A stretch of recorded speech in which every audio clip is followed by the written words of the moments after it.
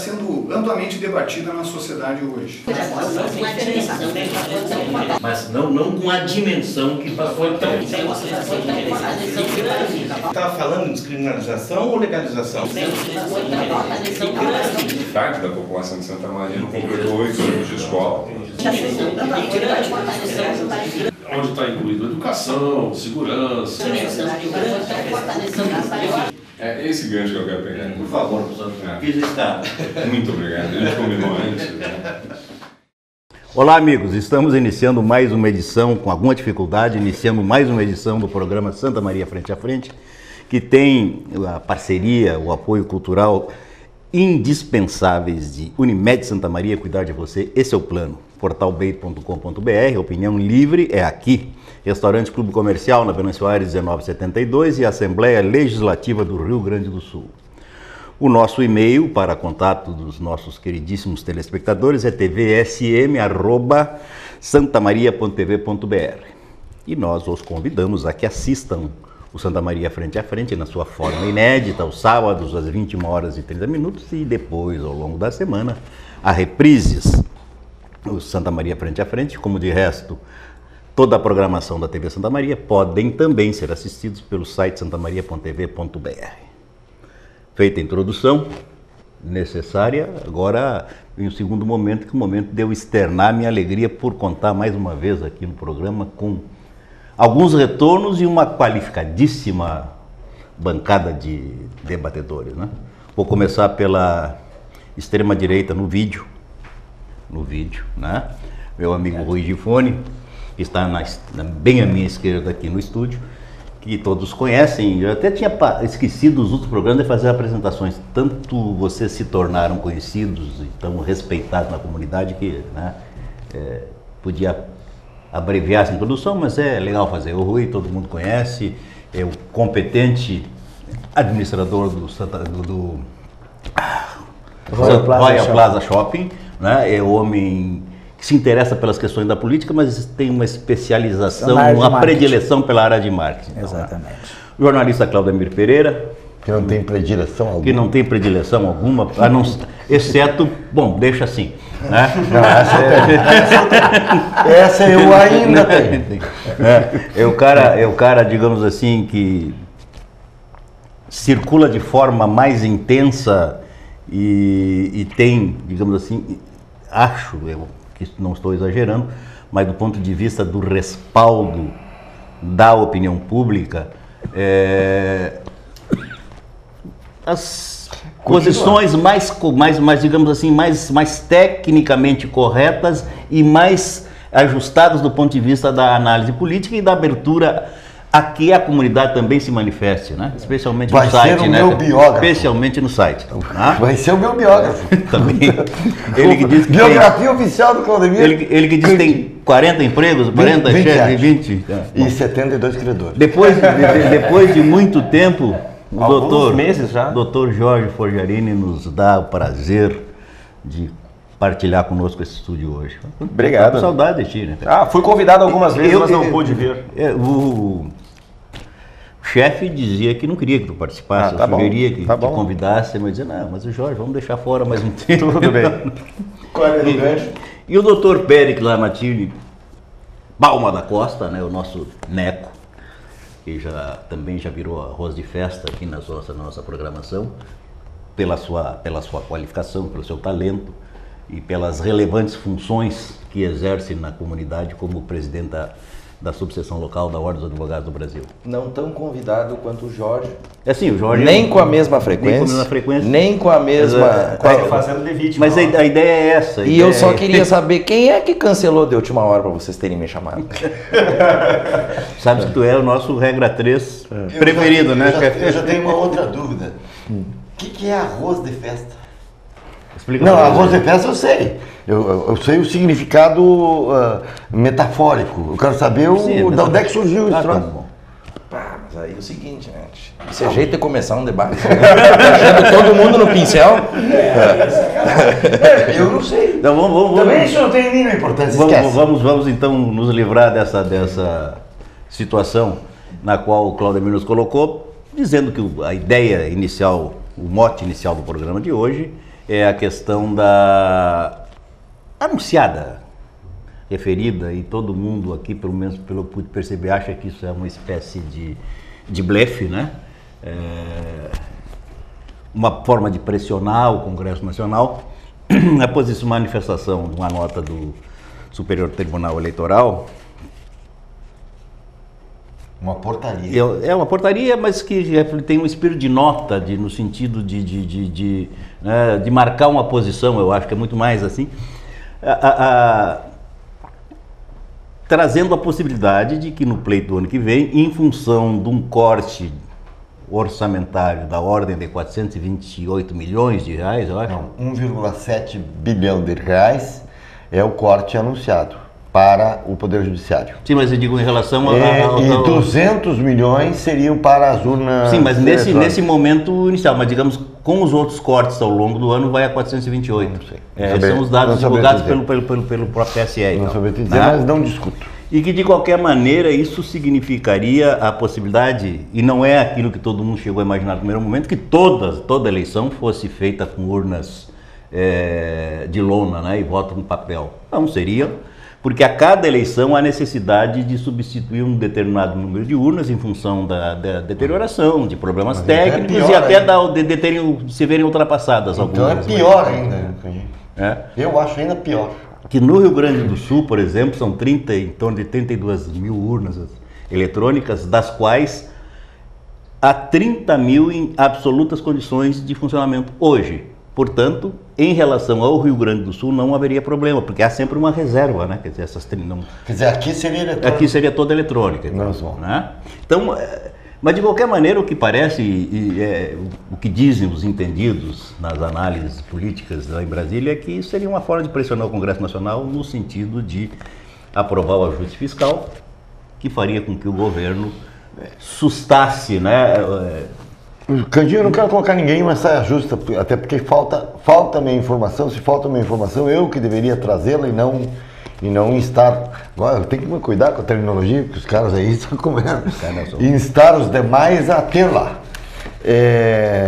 Mas foi aprovado na terça-feira ou quarta-feira. Terça ou quarta-feira. Só para nós nos situarmos. Nós estamos gravando o programa na sexta-feira. Sexta-feira à tarde. À tardinha. À tardinha. Noitinha. Sexta-feira, dia 4 de dezembro. Né? Muito bem. Na terça-feira, dia 2, dia 1º? Dia 1º foi aprovado o ajuste, aquele negócio lá da fiscal lá, isso tu sabe melhor que eu. As últimas medidas do ajuste fiscal proposto pelo Poder Executivo. Portanto, esse negócio aí foi de camburada. Né?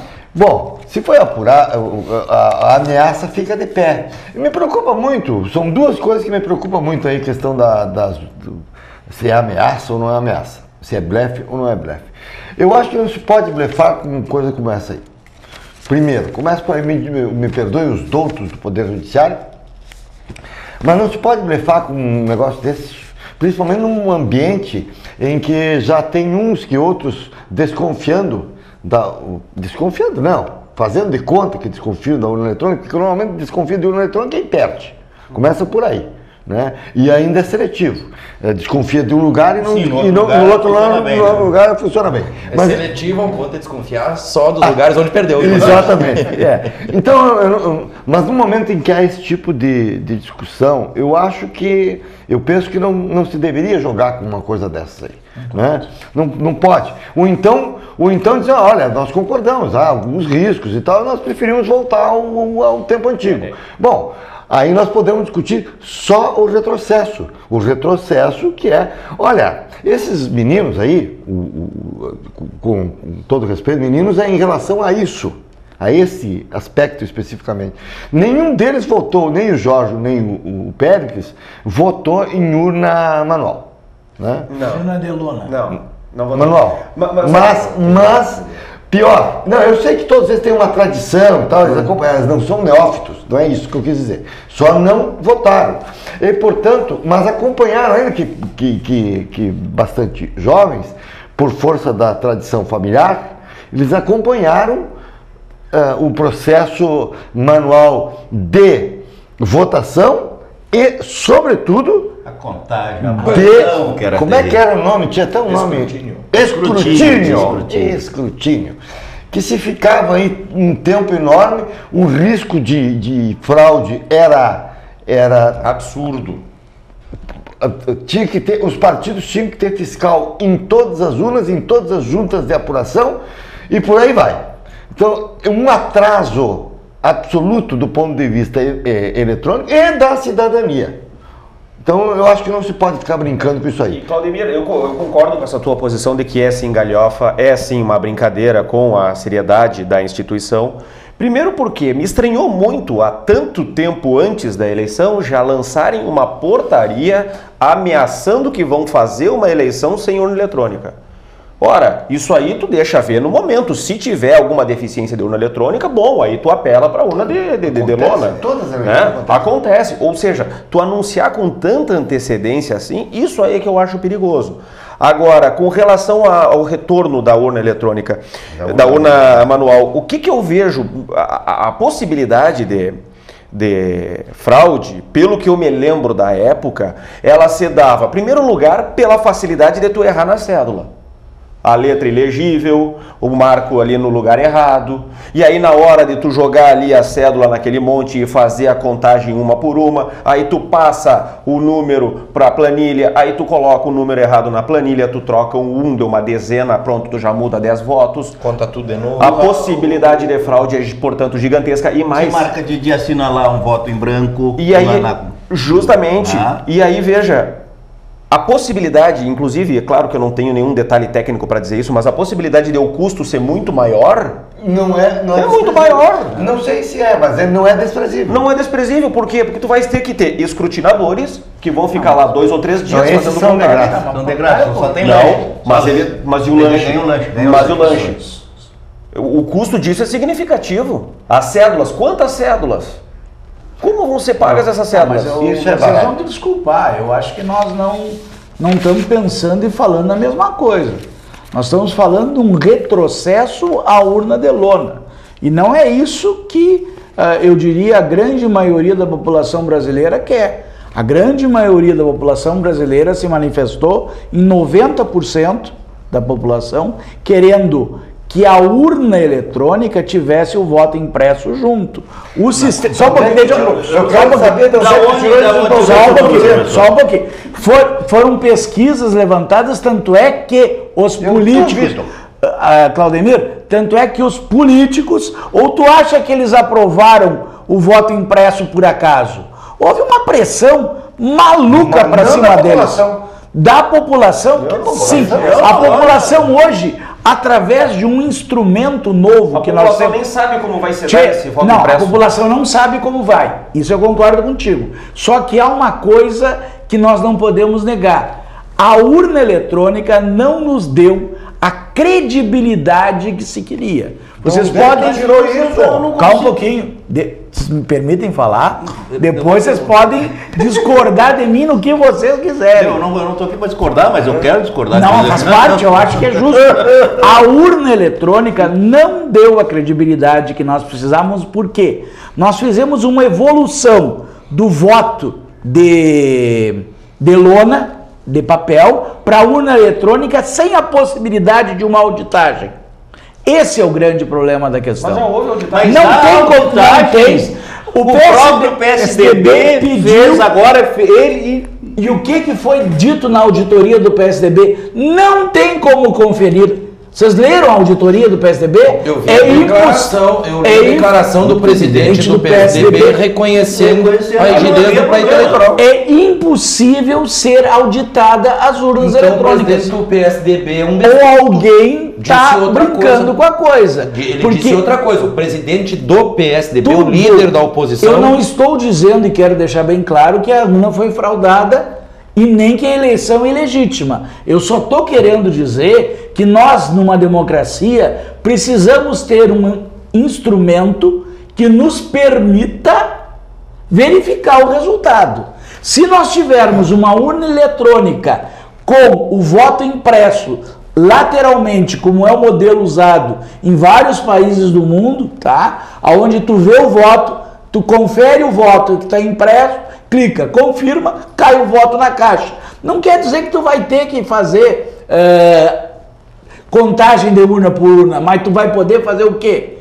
Uma amostragem do que está acontecendo. Quer dizer, na realidade, isso aí, afora me parecer que é um equívoco absurdo, acho que a população, na sua esmagadora maioria, não está nem um pouco preocupada com isso e não está imaginando que haja qualquer tipo de fraude em relação a... Eu acho que a esmagadora maioria das pessoas não concorda com isso. Isso nem no Facebook é o grau de 0,5%. E acho o seguinte, do ponto de vista das restrições orçamentárias, eu... Inclusive, estou acreditando que não vai ser cumprido essa não, já no ano que vem já disseram que não vai ser. Vai acabar, isso vai virando letra morta. Até pelo custo, porque tu vai ter um custo dobrado. Vai ter um custo dobrado, vai ter a urna eletrônica, vai ter que ter uma urna de lona ou de qualquer outro material para jogar o voto dentro. Se vocês me permitem, das primeiras impressões... Se tu tem um voto impresso, tu tem que colocar em algum lugar. A própria caixa onde é colocada a mini impressora tem um invólucro que recebe o voto impresso. Das primeiras impressões que eu ainda não consegui a propósito do tema, dizer o seguinte, cumprimentá-los e dizer o seguinte, isso aí é tudo mimimi. Isso é conversa de mais um dos poderes da República, o último deles, o bastião da democracia, os constitucionais, né?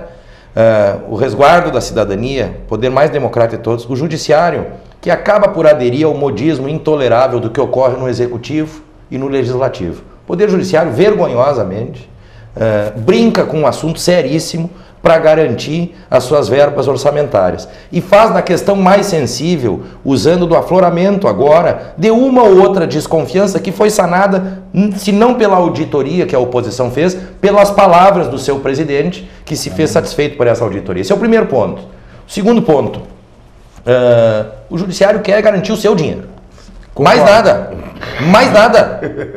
Certo? Essa é a função. Ainda bem que é um operador do direito que está falando isso. Não, eu lido com essa gente todos os dias, eu sei como é que eles gostam de dinheiro. Tá?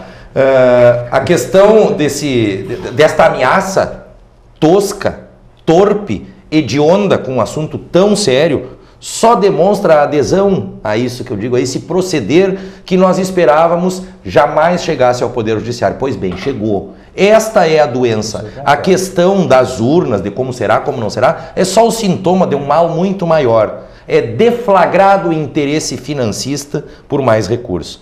O segundo aspecto é o seguinte, se for verdade isto que o Judiciário, que o Poder Judiciário alega, o Poder Judiciário Nacional, inclusive, eu posso apresentar uma solução. O corte é de 1.400 e 700? Pois muito bem. Nós podemos dirimir... As eletrônicas é 200 e aí a informação que o... 200 milhões e parcial. Mas tudo bem, não, vamos matar a cobra. Mais outros cortes, somaria esse ano 428. Vamos matar a cobra. Certo? Vamos matar a cobra o seguinte. E só, né? Isto pode ser resolvido através da extinção do ilegal, imoral, descabido, injustificado e vergonhoso para quem tem vergonha na cara, auxílio moradia para os juízes, que custa R$1 bilhão e que já deveria ter sido objeto da insurgência pelos ministérios públicos, não fosse a esperança que eles têm de aderir a esse benefício também. Então, nós estamos em 700 milhões já, né? Eu acho que isso aí é um bom ajuste fiscal, que respeita a lei, o povo, homenageia a verdade e traz, quem sabe, um dia, a credibilidade que o judiciário, por ato próprio da magistratura, vem perdendo há muito tempo e numa velocidade cada vez maior. Muito bem. Incisivo como sempre. De uma maneira adequada para nós chamarmos o nosso intervalo que precisamos fazer e já retornamos. É esse gancho que eu quero pegar. Por favor, professor. Fiz está. Muito obrigado. A gente combinou antes. O restaurante Clube Comercial oferece diariamente a seus clientes um buffet com grande variedade de saladas, pratos quentes, grelhados e sobremesas. Tudo isso em um espaço amplo e aconchegante. Além disso, o restaurante possui estrutura para a realização de eventos e festas particulares, ideal para casamentos, formaturas, reuniões e convenções de negócios. Restaurante Clube Comercial na Venâncio Aires, 1972. Contate-nos pelo telefone 3217 1105 ou venha nos visitar. Centro de Valorização da Vida, bom dia. Estou aqui para lhe ouvir. Os voluntários do CVV Santa Maria prestam um serviço de apoio emocional gratuito e sigiloso a todos que desejarem compartilhar seus sentimentos. Cuidar de cada detalhe, esse é o plano. Transformar um sonho distante em seu próximo destino, esse é o plano. Cuidar hoje do amanhã, esse é o plano. Envelhecer sem ficar velho, esse é o plano. Conseguir almoçar em casa, esse é o plano. A Unimed sabe que seus planos são importantes para a sua vida e se cuidar é a maneira de você realizar cada um deles. Cuidar de você, esse é o plano. Unimed. Por favor, professor, fiz está. Muito obrigado, a gente combinou antes. Né? Estamos retornando com Santa Maria Frente a Frente, programa que tem o apoio cultural de Unimed Santa Maria, cuidar de você, esse é o plano. Portalbay.com.br, opinião livre é aqui, restaurante e clube comercial na Venâncio Aires 1972 e Assembleia Legislativa do Rio Grande do Sul. Nosso e-mail para contato dos queridíssimos telespectadores é tvsm@tvsantamaria. Aliás, repetindo, tvsm@santamaria.tv.br. E os nossos programas, na sua forma inédita, são veiculados, vão ao ar aos sábados às 21h30, depois há reprises ao longo da semana. A TV Santa Maria, em toda a sua programação, pode também ser acessada, assistida pelo site santamaria.tv.br. Conversando com Dr. Périx Lamartine Palma da Costa, leves naturalmente, né? O Neco, o Jorge, o Claudemir e o Rui. O homem que mostra. Mas não mata, mas não mostra. Graças a Deus. Ainda bem, que Deus nos livre de semelhante desgraça. Nós estamos conversando, debatendo até, houve debate de alguma forma, como seria a proposta do programa, até de uma forma mais acalorada, sobre a questão o mote inicial, a possibilidade aventada pelo TSE de que nós tenhamos o ano que vem a substituição de cerca de 18-19% das urnas eletrônicas. STF. Os dois. Não, todo mundo. Sim, mas Conselho Nacional de Justiça. Eu fico mais com o pessoal da eleitoral, porque o interesse é que elabora o orçamento, a direto, proposta orçamentária da... Seriam cerca de 18%, 19% das urnas que seriam substituídas num universo aí. Alguém aventou também aí que essa alteração aí para o voto impresso, certo? Salvo o melhor juízo, mas aqui vai uma opinião pessoal, que eu reputo completamente necessária, custaria 1 bilhão e 800 milhões de reais. Então, acresça-se mais este problema. Mas sabe o que me preocupa, Candinho? Nesse ponto, só para pegar esse... Onde é que vai parar essa conta? Porque, na verdade, esse dinheiro não é apenas da impressão do papel, é porque esse papel terá que ser armazenado e ficar lá até o pleito seguinte. Armazenado onde? No caso da votação direta em papel, na urna de lona, logo que votado, as cédulas eram picotadas e ponto. Agora não. Como o objetivo é a auditagem posterior, elas teriam que ficar depositadas em algum lugar, todas as cédulas do Brasil. Onde aconteceria isso? Eu posso dizer o seguinte... Pior que a cautela é o bobo desconfiado. Esse que é o problema. Puta louco. Esses troços. Só deixa eu dizer uma coisa. O que está valendo ainda é a portaria, viu? O resto é só elucubração nossa. Que é o blefe, que é não sei o quê, não sei o quê. Mas por enquanto no papel... Aprovado não é aprovado, tem lá valendo a portaria, até que ela seja derrogada. Eu não sei se já está em andamento ou seria lançada... Licitação para compra de 100 mil urnas eletrônicas, né? Que seriam 200 milhões, segundo... seria inviabilizado em função desses cortes anunciados, né? Não vou falar. Fala, Claudemir. Para que esse o Pérez que já falou tudo em meu nome? Muito obrigado. Tem bastante procurador Deu bastante procurador para assuntos de auxílio, creche, moradia, mas agora educação e não sei mais do que. Isso aí tu não corta nunca. Claudemir, isso aí tu não corta nunca. Péricles, mas isso me chama atenção para um detalhe. A gente está falando aqui do que a gente não sabe o que vai acontecer. Né? Não, então, justamente, então vejam bem. O ministro-presidente do Tribunal Superior Eleitoral, que tem 48 anos, fui pesquisar, ele se votou em urna rápida carreira, não. Pois é. Independente disso, eu não estou discutindo saber jurídico, não estou discutindo nada, estou discutindo urna manual. Ele deve ter participado de umas 2 ou 3 eleições, no máximo, se tanto. E eu duvido que ele lembre. Pois bem, e Claudemir, eu vou trazer, eu vou espalhar um pouquinho a sujeira para o ventilador. Quando a gente pensa que o Poder Judiciário não sabe o que está discutindo e realmente está brincando com coisa séria, quando a gente vê que também no Congresso Nacional a gente não sabe o que está acontecendo lá, a gente não sabe o que vai acontecer com o Cunha daqui a pouco, a gente não sabe como vai tramitar o processo de impeachment, e aí vem para o Poder Executivo, a gente também não sabe o que está acontecendo. Agora há pouco acabou de cair o ministro da Aviação Civil, o Padilha, que era o esteio do PMDB dentro do governo. Ele caiu ou foi caído? A princípio ele caiu. Ele caiu. Ele não pediu para sair? Ele pediu para sair. Ele pediu para sair. Pode então vejam bem. Outros interesses. E sem contar que dentro. Me faltam elementos para avaliar isso. Considerando que o programa vai ao ar no sábado de noite, eu não sei o que aconteceu entre sexta-feira mas é justamente muito menos o que vai acontecer. A gente não sabe onde está pisando, portanto o clima é de desconfiança total. Hoje eu não a gente desconfia do Sartori, a gente desconfia do governo Dilma. Eu não desconfio do Sartori. A gente desconfia de tudo, a gente desconfia do Congresso. Eu sei muito bem do que ele é. Aí vem uma decisão dessa do TSE e a gente simplesmente não sabe o que pensar com relação a ela. Jorge tem um homem de pouca fé. Por exemplo, eu e o Pérez sabemos muito bem o que esperar do Sartori. Eu confio no Sartori. Exatamente. Sim, exatamente. Confio muito nele. Aliás, como confiava no Eliseu Padilha também. Confiava no Eliseu Padilha. Agora, não perguntem o teor da minha confiança, porque eu posso me tornar ofensivo. Eu vou ficar quieto. Aí eu já não vou entrar, porque eu já disse. E na TV não. Para não ferir suscetibilidades alheias, como diria o Roberto Jefferson. Eu quero evitar a responsabilidade civil. Mas o clima de credibilidade. Ele foi desenterrar, rapaz, o Roberto Jefferson. Que quase literal. Será que nesse momento já não é literal? Desenterrar. Seria um anjo hoje em dia. Bom, mas vamos lá. O que eu quero dizer é que existe um clima de falta de credibilidade para com qualquer instituição.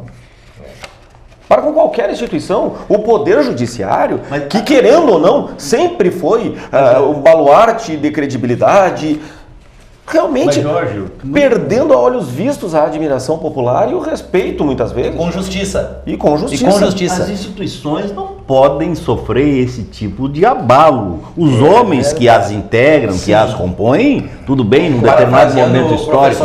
O Jorge Cunha, na vinheta do programa, era esse ponto que eu queria pegar. Diferente do Jorge, do Jorge, o Canjinho é um homem de muita fé.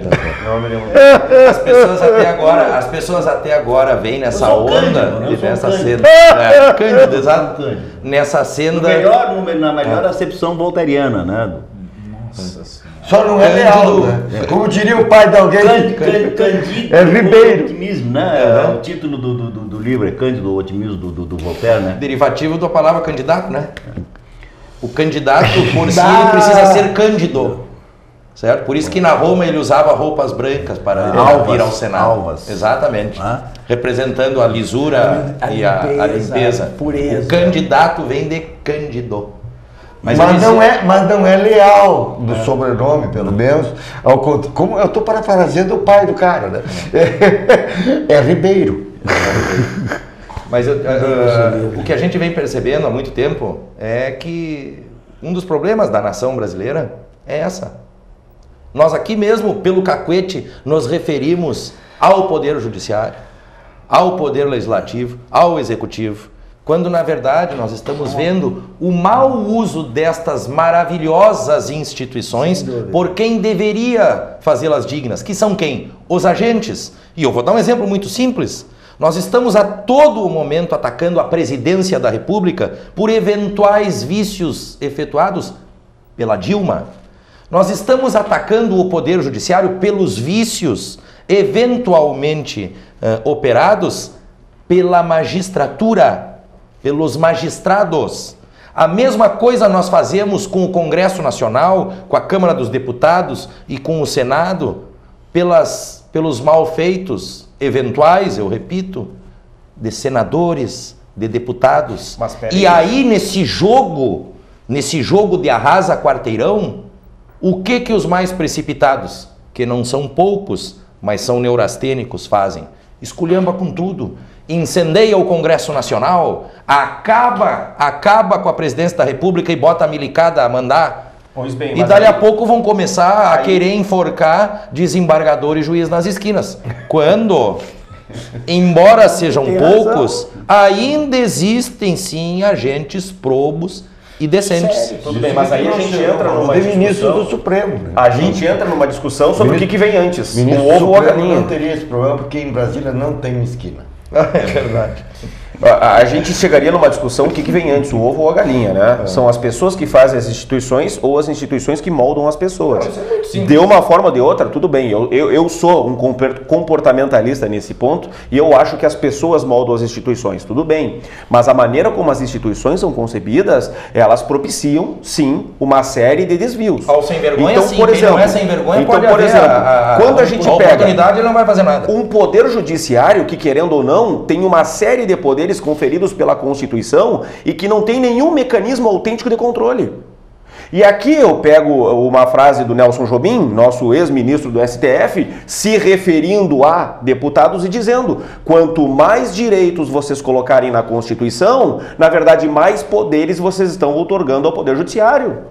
O Poder Judiciário hoje é, sem dúvida nenhuma, o superpoder. O Poder Judiciário diz qual estrada deve ser asfaltada, qual remédio deve ser fornecido, qual riacho deve ser encanado, ou seja, o Poder Judiciário diz tudo.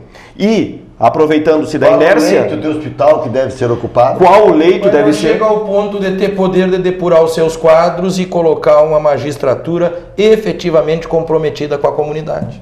Pois bem, não é um poder Vocês ilimitado. não acham que houve uma evolução, que houve uma melhora, que houve um desenclausuramento, digamos assim, da magistratura?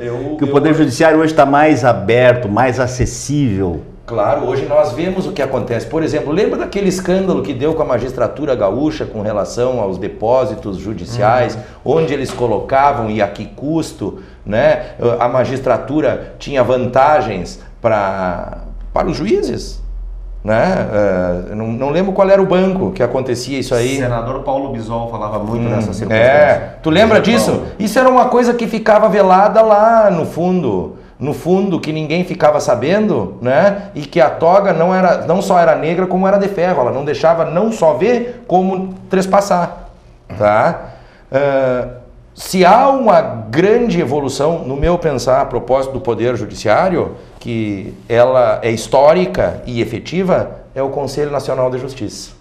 Esse deu transparência, esse demonstrou o que acontecia há muitos anos e nós não sabíamos.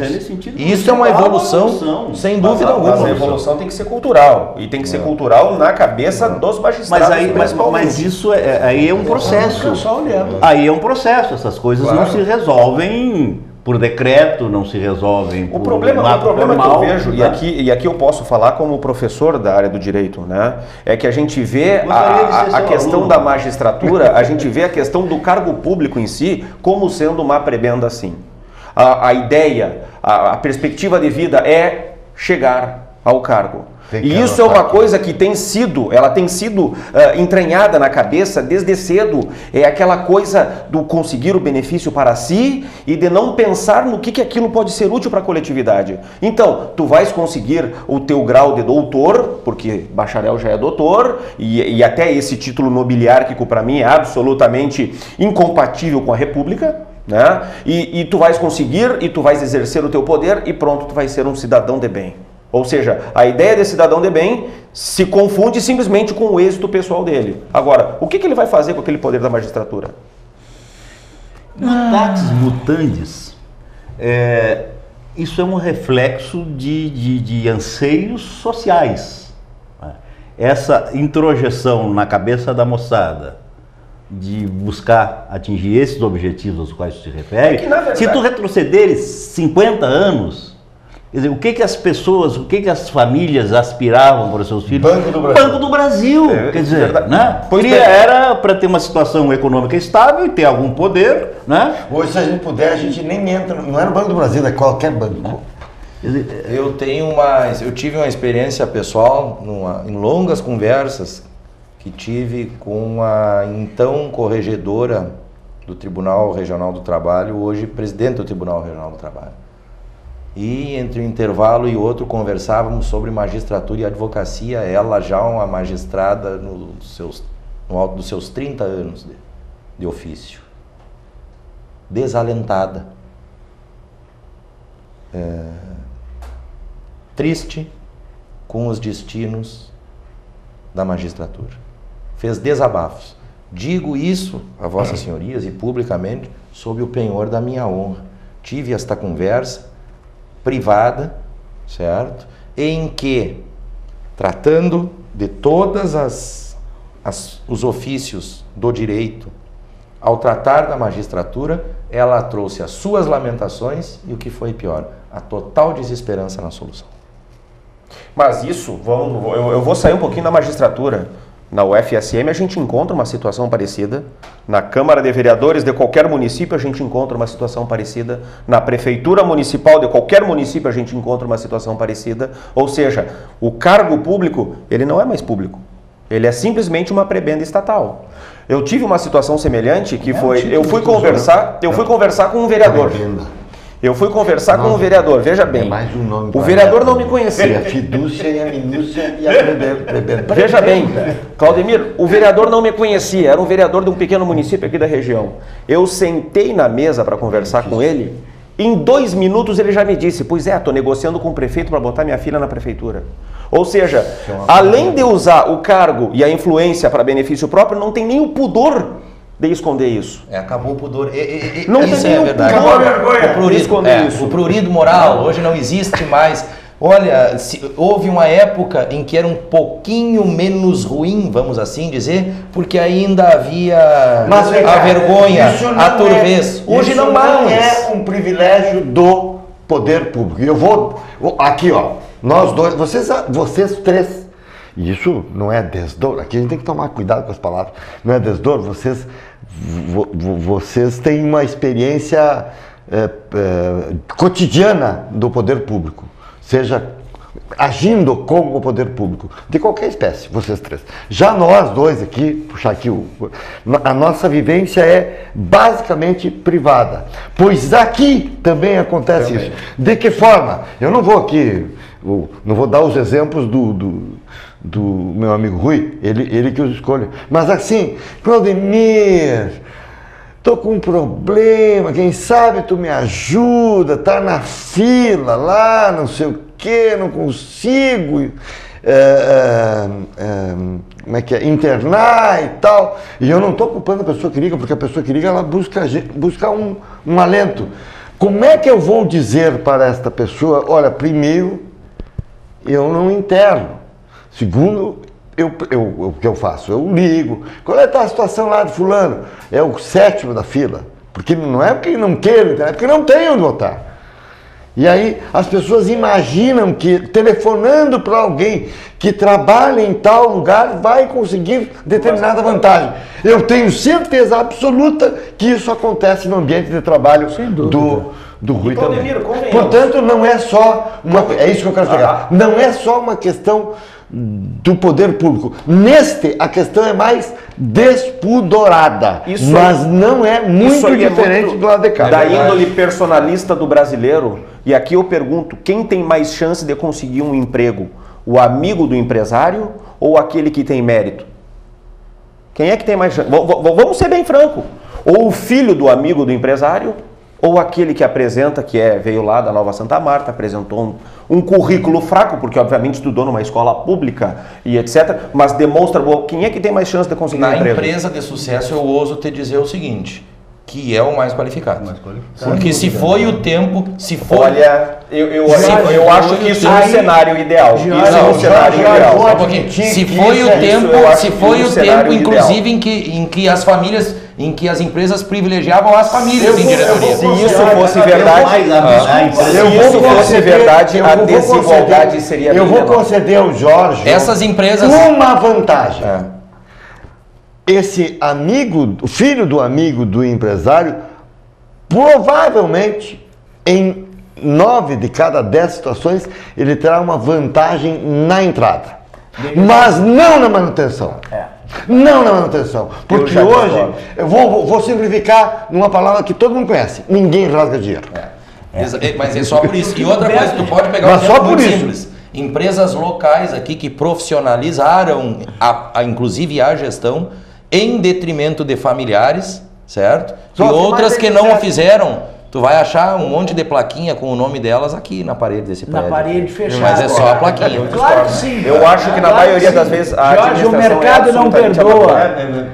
O mercado não perdoa. É justamente por isso que o mercado brasileiro é Querido, a falta de entrada eu até admito, mas a permanência não é. Eu diria mais, até nem na porta de entrada. Hoje com uma influenciam muito mais. Com uma seleção bem feita, tu até dá a entrevista. Pois é. Tu faz a entrevista. Agora, se ele não for bem na entrevista, o contrato é firmado com o fornecedor por aspectos afetivos. Não, no Brasil não dura o tempo. Não vai. Você rasga mais dinheiro, Jorge. Aquele que tem bons relacionamentos consegue um êxito muito melhor do que aquele que oferece um bom. Pode ser um fator. O bom relacionamento é um fator a mais. O networking virou puxação de saco deliberado. Jorge, em que mundo tu vives, meu filho? Nós vamos fazer mais um intervalo e já retornamos. A sociedade me corrompeu. É esse gancho que eu quero pegar. Por favor, professor. Fiz está. Muito obrigado. A gente combinou antes. Né? Cuidar de cada detalhe. Esse é o plano. Transformar um sonho distante em seu próximo destino. Esse é o plano. Cuidar hoje do amanhã. Esse é o plano. Envelhecer sem ficar velho. Esse é o plano. Conseguir almoçar em casa. Esse é o plano. A Unimed sabe que seus planos são importantes para a sua vida e se cuidar é a maneira de você realizar cada um deles. Cuidar de você. Esse é o plano. Unimed. O restaurante Clube Comercial oferece diariamente a seus clientes um buffet com grande variedade de saladas, pratos quentes, grelhados e sobremesas. Tudo isso em um espaço amplo e aconchegante. Além disso, o restaurante possui estrutura para a realização de eventos e festas particulares, ideal para casamentos, formaturas, reuniões e convenções de negócios. Restaurante Clube Comercial na Venâncio Aires, 1972. Contate-nos pelo telefone 3217 1105 ou venha nos visitar. Fiz está. Muito obrigado. A gente combinou antes. Né? Estamos de volta com o nosso Santa Maria Frente a Frente, último bloco desta edição. Santa Maria Frente a Frente tem um apoio cultural de Unimed Santa Maria, cuidar de você, esse é o plano. Portalbay.com.br, opinião livre é aqui. Restaurante Clube Comercial na Venâncio Aires, 1972 e Assembleia Legislativa do Rio Grande do Sul. A possibilidade que oferecemos aos nossos telespectadores de fazer contato conosco através do e-mail tvsm@santamaria.tv.br. Conversando, batendo um papo para lá de agradável com o Rui Gifone, Claudemir Pereira, Jorge Fogiarini e Neco Périx. Qual que é o nome? Não. Tem o nome científico e o nome vulgar, vocês adotam como vocês quiserem. Neco Costa, né? Tem outros mais vulgares ainda, né? Sabe que eu posso fazer eu tenho um acordo com o Dr. Neco, que a cada semana ele me faz uma sugestão de nome para neto. Né? Então eu já tenho a minúcia e a fidúcia. Mas isso inclusive eu preciso de sugestões para netos, porque o Jorge hoje tem a sua contribuição para mais uma neta. Prebenda. Porque que nome bonito. E sabe que mulher linda vai ser. E sabe que agora a origem eu também não conhecia. Sabe quem é que me apresentou a esta palavra? o falecido o professor, meu Deus, que ele era esquentadinho, brisolista também, o doutor Joel Abílio Pino dos Santos, falecido há uns 7 anos. Ele que eu gostava ele adorava essa palavra prebenda. Gente. Foi com ele que eu aprendi a palavra prebenda. Um homem inteligentíssimo e bravo. Fale mal, não podia falar mal de duas pessoas. Doutor Getúlio e Brizola, né? Não. Esses são um ente só, né? E Julinho. Dava muita briga. Ele falava mal do ele Julinho. diz são um ente só, como se fosse a Santíssima Trindade. Como se fosse a Santíssima Doutor Getúlio Na é verdade- Deus, Brizola seria Jesus Cristo. Santíssima duplicidade. Bom, deixa. Que barbaridade. Tá bom. O programa começou, como teve como proposta inicial, nós discutirmos a possibilidade aventada pelo Judiciário Federal em relação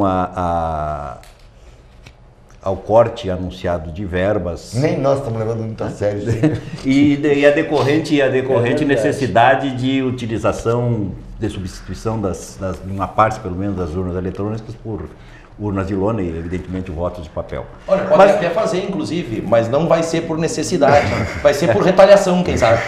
Mas no fim, Parece que é a palavra da moda no Brasil hoje, é retaliação. o programa acabou derivando para outros temas, como, aliás, é uma característica do programa. Nós não temos uma pauta fechada, não temos um tema exclusivo. À medida que as coisas vão surgindo, nós vamos conversando, e eu acho que é isso que faz o programa ser legal. Eu só estou preocupado hoje com a quase mudez do Rui, né, cara? Esse mutismo não é normal na vida dele aqui no programa. E não é o caso de eu estar do lado dele. Né? Não, de eu vou sentir Eu culpado. acho que ele ficou inibido com a tua presença. Não, de forma alguma. O Claudemir, eu tenho uma grande admiração por ele. E que aumentou muito depois de um ato solidário que nós tivemos juntos. Sim. Mas não vamos falar. Não vamos falar sobre Esse isso. não interessa. Pensei que solidário. Segue o baile, segue o baile. Como esse pessoal Abre a tem caixa, dente sujo, Não, né? o pessoal é... Impressionante. Que coisa. Eu tô na Vocês, onda. definitivamente, vocês não prestam. Eu vou abrir meu coração com vocês. Eu fiquei surpreso, porque eu senti que é só eu que não acredito nas urnas eletrônicas.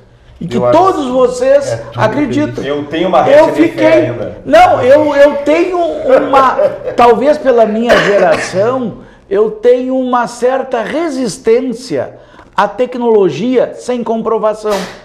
Eu tenho dificuldade. Eu preciso ter certeza. Tudo aquilo a gente procura... Até pela minha área de formação, a gente precisa acompanhar a evolução do mundo. Só que eu só acredito na evolução aonde tu consegue ter base. E eu não sinto base sabendo que o Pentágono pode ser invadido por hackers, que qualquer sistema de computador pode ser invadido, que eu não tenho um sistema alternativo de confiança. Você sabe, eu sou tão neurótico, eu tenho uma pequena propriedade rural. Na minha pequena propriedade rural... 24. Não, titica. Declarada? Declarada. Pequena propriedade rural... É tua mesmo ou tu só é usufrutuário? Aonde eu tenho um trator. Eu tenho um pneu step dianteiro de trator. Eu nunca vi ninguém que tenha isso. Por quê? Porque essa porcaria do trator, quando fura, é o pneu dianteiro. E normalmente tu tá trabalhando, fazendo uma lavoura, tu tá correndo contra a chuva, tu tá... Não, a lavourinha pra comida pras ovelhas. A minha paixão são duas. Na fronteira iam dizer que tu é mais desconfiado que cego com amante. Eu tenho! Enquanto meus vizinhos, quando pifa o pneu deles, eles têm que o quê? Parar, perder 2 horas, levar o pneu no borracheiro e arrumar. É tão baratinho tu gastar 300 pila e ter um pneu step pra dianteira que pifa. Então eu tô mostrando pra vocês a minha maneira de pensar. No shopping... Isso é o excesso de racionalismo. Não, mas tem que ser. No shopping, a gente tem o quê? Tudo tem reserva técnica. Tudo tem um pouquinho a mais para não dar problema. Então eu prefiro não me incomodar e ficar seguro. Mas eu não confio vem cá, nesse isso, sistema. a gente não pode mais falar o telefone. Pode. Você é chip? Não, mas eu não estou dizendo que tu não pode. Eu uso e eu vou dizer uma coisa para vocês. A grande transformação social que está acontecendo e que vai mudar com o Poder Judiciário, vai mudar com o Legislativo, vai mudar com o Executivo, é o smartphone. Porque hoje os políticos têm que se cuidar o tempo todo. Porque sempre tem alguém com smartphone, com câmera que pode filmar e gravar. Tu te lembra do Juruna? Isso aqui tu aceita lá? Claro! Não pode, tem Por chip. que não? Não, mas tem eu não chip. sou contra. Eu não sou Claro que eu tô contra. fazendo uma alegoria. Um xiste, uma Só um alegoria. pouquinho, só um pouquinho. E é azul, né? Em cima desse tema, eu vou ter que... Sabe o que eu digo para os meus lojistas? Que eles não podem ter uma máquina de cartão. Eles têm que ter duas. Porque no dia do pepino, quando dá acúmulo, uma queima. E aí tu perde venda. Então ele tem que ter duas. São loucuras minhas, Não, mas Claudemir. isso tá correto. Como é que Mas o cara isso que é vai outra- atender o cliente tem uma Então, máquina só? Rui. Tu tem que ter confiança, cara. E voltando ao meu assunto, o smartphone. O smartphone vai mudar a realidade brasileira. Tu vai votar Porque no smartphone? Aí tu vai enlouquecer. É até uma possibilidade, se tu tiver como imprimir o teu voto. Porque, tchê... Já se vota em alguma Aqui, ó, Tu aqui pode tem... botar por smartphone e guardar um print da tela. Não, aqui, ó, vocês querem um exemplo? Mas aí o teu candidato lá do teu bairro vai te pedir para provar que votou nele. Vai voltar o voto Esse é o voto de Cabresto, não. Vocês querem ver um exemplo? O Claudemir, para mim, é um revolucionário no bom sentido. Se é a favor... Não, é a favor. Não, é um revolucionário. Não pode Porque espalhar. ele abriu a mim... Eu, por exemplo, em Santa Maria, qualquer notícia que vá ao ar, eu vou lá no site do Claudemir para ver se é verdade. Porque o resto... Isso aí é brincadeira. Só que ele é uma alternativa aos veículos tradicionais. Impressionante. Tem uma coisa que eu preciso assinalar que eu vi esses dias. Eu queria fazer um elogio público aqui. Quando... É pra mim? Pra ti, Então, à vontade. Quando da admissibilidade da abertura do processo de impeachment pelo presidente Eduardo Cunha, com perdão da má palavra, o comentário de Vossa Senhoria no início do programa da terça-feira, estou correto? A propósito do que ocorreria e das fases, foi uma aula de direito constitucional. Foi um exemplo. Que tu não enxerga, E no não enxerga em nenhum outro veículo na boca de outro jornalista. O processo todo. Um impressionante o processo, o que as ocorre, as exceções, fases, coisas. tal, li no teu Muito Mas bem. a tecnicidade Muito não bem. importa, porque a tecnicidade já foi engolida. Não. A tecnicidade ela já foi Tá, mas deixada as de pessoas lado. não sabem o que A juridicidade ela não existe mais nesse procedimento. Pois temos que louvar quem nada contra essa maré. Justamente. O resto dos embutidos nós encontramos em qualquer lugar. Terminar o meu raciocínio com o Claudemir. Ele está fazendo um trabalho que a mídia tradicional não faz. A mídia tradicional, comprometida com interesses, com isso e com aquilo, ele faz um trabalho idôneo, correto. O que não quer dizer... Não quer dizer que não tenha a sua linha de pensamento. Respeito muito. A credibilidade é como eu referi no início do programa. Claro, né? exatamente. Pode continuar. Tá bom. Tá bom, né? mudando. Gente, isso aí tá mudando a realidade do Brasil e vai mudar mais. Eu queria voltar ainda à questão da desconfiança do Rui em relação É um às homem de urnas pouca eletrônicas. fé. Eu tô Um homem de pouca cercado fé. de gente de pouca fé hoje aqui. Eu fico imaginando assim, gente, quer dizer, nós vamos descrer sempre, não apenas das pessoas, mas das instituições. Eu vou achar que o judiciário todo é corrupto, que é venal, que vai permitir que as urnas eletrônicas sejam devassadas. Não posso acreditar nessa possibilidade, Eu também, eu compartilho não com posso você, porque acreditar nessa mesmo na minha possibilidade. manifestação eu disse, ainda existem homens Tem e gente mulheres dentro das instituições que são pessoas decentes. Isso eu acho são que é uma poucos, maioria. mas ao contrário existem. de ti, acho que são a maioria. São a maioria. As pessoas Eu decentes concordo. são a maioria. Eu vou te dizer, cara, eu concordo invejo contigo. vocês, eu pensava isso também até um tempo atrás. Mas aqui, Eu compartilho até um tempo eu atrás. acho que a questão não é só decência. Eu acho que decência é o mínimo. É que passa por decência, passa por bom senso, e eu acho que ao Poder Judiciário falta mais bom senso do que decência. É uma briga feia. Pessoas decentes, eu acho que tem lá. Agora, por exemplo, tem, sim, claro. saiu uma manifestação do presidente do STJ dizendo que advogados que leem não merecem estar diante de uma tribuna do STJ. Eu fico perguntando quem é esse cidadão para dizer quem merece ou quem não merece acessar o Poder Judiciário. Quem é ele? Ou seja, ele até pode ser um cara decente, mas falta bom senso e falta senso democrático.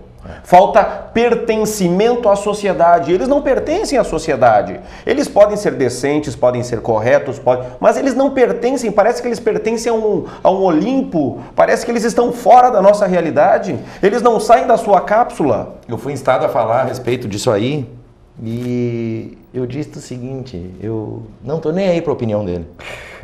Como não te preocupa a opinião do presidente do STJ? Eu digo, não é a opinião do presidente do STJ que me despreocupa. Me despreocupa a opinião do sujeito que é capaz de manifestar uma asneira desse tamanho. Então eu, por mim, ele que vai se afumentar, como diziam antigamente. Nem tô pra ele. Mas é periclitante porque ele fala por uma instituição também. Não, mas é temporário. A Ele instituição fala por vai uma ficar instituição. e ele vai E passar. é isso que faz com que decaia a credibilidade da instituição. É isso que me preocupa. Aliás, a proposta... Os pares dele, mais do que qualquer outro, precisam agir, precisam instá-lo, chamá-lo aos costumes e não se omitir. Então essa parcela da magistratura decente, proba e atuante, que tome uma atitude com a mesma veemência que tomam atitudes em nome de vantagens salariais, auxílio moradia, essas coisas. Quero veemência neles nessa hora também. Me recordo do depoimento que tu mencionaste agora há pouco, do desalento da então corregedora do Tribunal Regional do Trabalho. É algo que é preocupante. É preocupante. A propósito, nós certamente gastamos no sentido do uso, utilizamos quase a metade do programa falando no judiciário e questões ligadas ao judiciário, ao direito, etc, etc. A propósito, nós vamos fazer um Santa Maria frente a frente com juízes, os quais já contatei. Só falta nós acertarmos a data. E eu estou pensando em convidar... Eu estou fora. Já estou me o Dr. Pérez Lamartine para participar do programa. Mas onde é que eu assino? Serão 3 juízes e o senhor. Tem que ter plateia. Onde é que eu assino? Onde é que eu aplaudo? Viremos assistir. Onde é que é a arquibancada? Não, e aqui fique claro, para mim é uma crítica ao sistema assim. Por quê? Porque o sistema é que faz criar esses monstros, meu ponto de vista. Por quê? Porque o Poder Judiciário tem um sistema de controle muito parco, tem um sistema de controle muito frouxo e é, sim, uma caixa preta que permite, se não a indecência, a falta do bom senso. Tá? Então, comungo das ideias do ex-presidente Luiz Inácio? Eu comungo das ideias da ex-corregedora do CNJ, Eliana Calmon. Eu compactuo com o que ela diz. E ela sempre teve esse ponto de vista em relação à magistratura. E veja só, tem que acreditar nela, porque ela viu mais de perto que tu, né? O ponto que ela menciona, que as promoções, elas dependem de indicações e de critérios de, aspas, merecimento. E como é que se conseguia esse merecimento, segundo o depoimento dela, enquanto corregedora do CNJ, a partir de julgamentos que interessavam a quem estivesse lá na segunda instância? Onde isso? É claro que isso aí eram depoimentos... Que órgão do judiciário que age assim? Nos tribunais. Estou mencionando depoimentos que foram dados e publicados. Inverbes. E publicados. Ou seja, existe o sistema, sim, propicia isso, de uma forma ou de outra. Tanto que das maiores vítimas são os próprios julgadores de primeira instância, certo? Que enquanto os seus desembargadores têm 8, 9, 10 assessores lá e não fazem audiência, certo? Não há atos judiciais que tem que sair para a rua. O magistrado aqui de primeira instância tem 1 ou 2 assessores, tem que tocar um cartório, tem que fazer audiência. E eles lá empalaciados, aqui nenhuma bola. E um dado aqui que eu vou trazer empírico agora, no sentido do último mandato aqui, pela ordem. Qualquer julgador é sensível à crítica ao Poder Judiciário, minimamente escuta, concorda ou discorda. À exceção da Justiça do Trabalho. Ali tem uma ideologia, um Estado Islâmico, que tu não pode falar mal nem da cor do prédio da Justiça do Trabalho. Deus o livre. Deus o livre. É algo tão tolhedor que tu sequer pode suscitar o debate. Certo? E é um debate que, cedo ou tarde, a sociedade precisa impor. Porque a Justiça do Trabalho, atávica e ortodoxa do jeito que está começando a se tornar um desserviço para a sociedade. Nós precisamos garantir direitos trabalhistas históricos e conquistados a duras penas, mas também precisamos garantir que a justiça do trabalho se torne efetivamente justiça. Certamente eu vou garantir direito de resposta. Não, é brincadeira. Nós vamos fazer um programa sobre o judiciário, sim. Com membros do Poder Judiciário.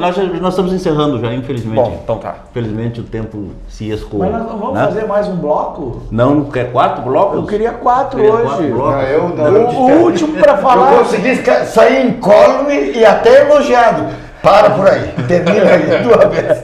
Só pensar essa questão do judiciário. E o judiciário de primeiro grau hoje, mais do que nunca, é coletor de provas, né? Na verdade, as coisas se decidem nas instâncias intermediárias. Pela perspectiva do novo Código de Processo Civil, isso vai se alterar bastante para nossa alegria. Porque daí quem vai ser juiz de verdade, julgador de verdade, é esse que está aqui perto do processo. Não o que está lá em cima e nem sabe o que acontece. Agradecer ao Rui, ao Claudemir, ao Neco e ao Jorge, pela alegria de nós podermos ter compartilhado esses momentos agradabilíssimos e certamente ilustrativos do ponto de vista de esclarecimento de algumas questões, da manifestação das opiniões abalizadíssimas de todos vocês, né? Agradecer aos nossos amigos telespectadores e dizer que a semana que vem a gente retorna com um novo Santa Maria frente a frente. Está sendo amplamente debatida na sociedade hoje. Mas não com a dimensão que foi tão... Estava falando de descriminalização ou legalização? Metade da população de Santa Maria não completou 8 anos de escola. Onde está incluído educação, segurança. É esse gancho que eu quero pegar. Por favor, professor. Fiz estar. Muito obrigado. A gente combinou antes.